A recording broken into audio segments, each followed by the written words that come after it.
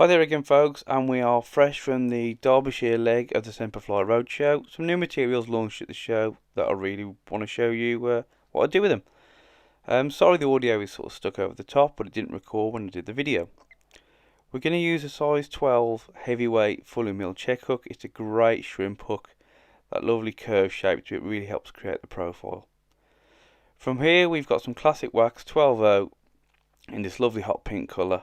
I'm just going to lay down a bed of thread onto the hook first, and then half hitch that down or whip finish, whichever you prefer, just to secure that thread to the hook, and trim the tag off and trim the thread off.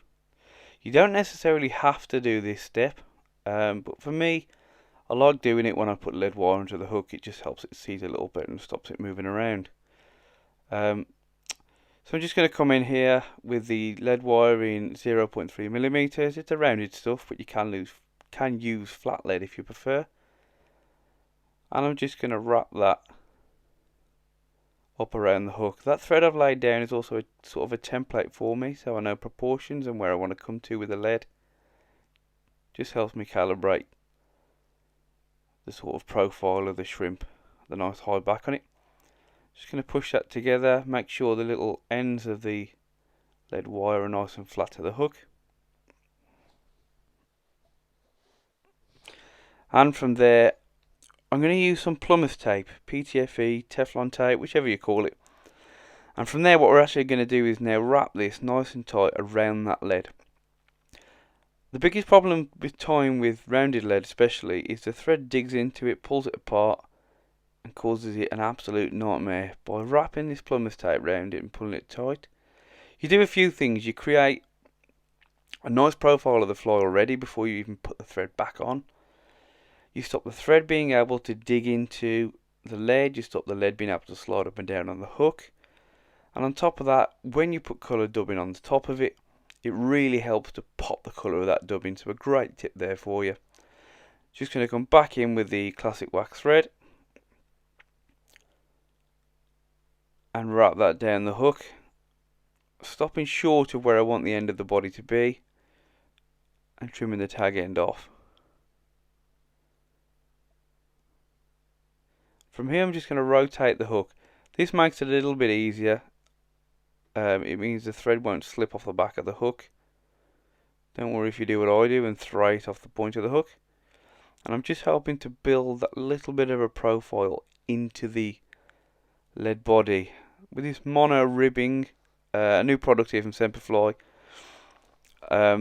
Nothing new in the fly tying world, but this mono rib here, I'm going to add that in. It creates a lovely segmented, subtle segmentation to the shrimp.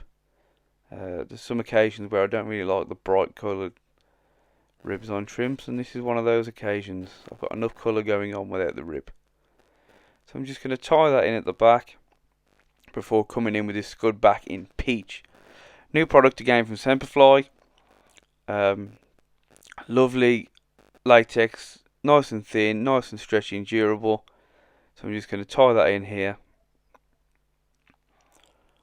Sometimes you can cut it to a point to catch it in. I don't do that. I just like to catch that in and stretch it nice and tight. By stretching it, you help create that nice thin profile into the back of the fly.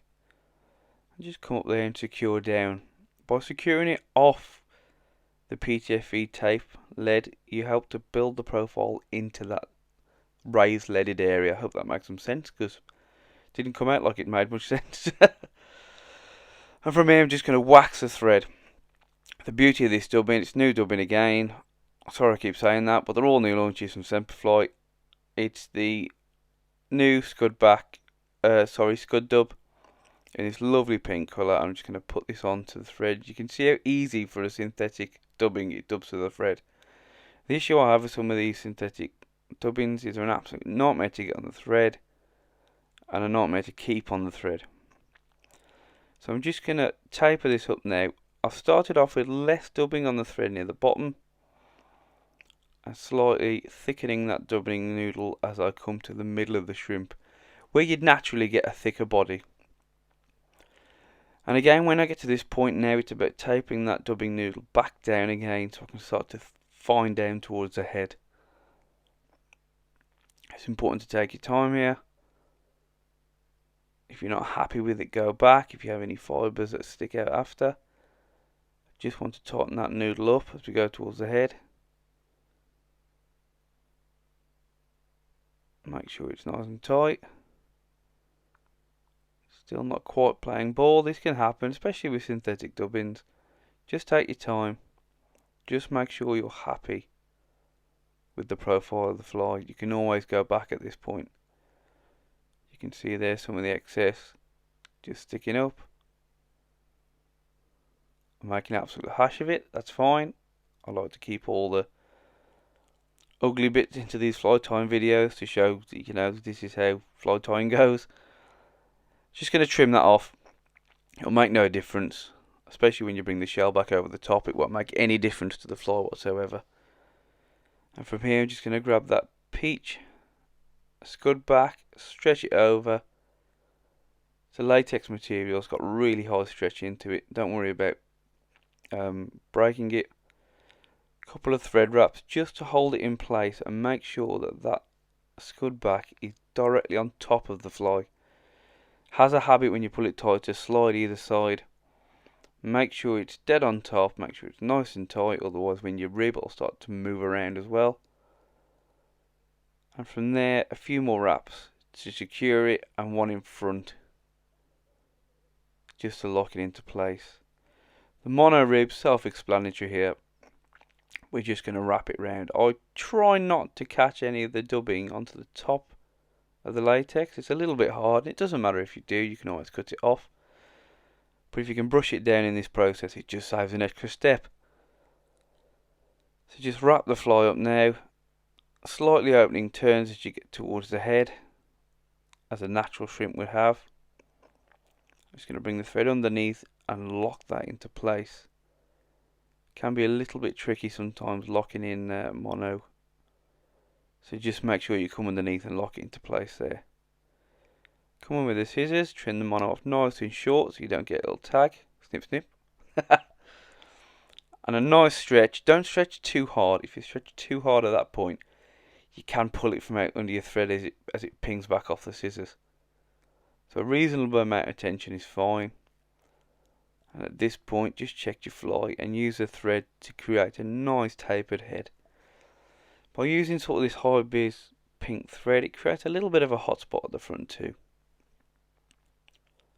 So just come in with a whip finish. I don't bother varnishing at this point,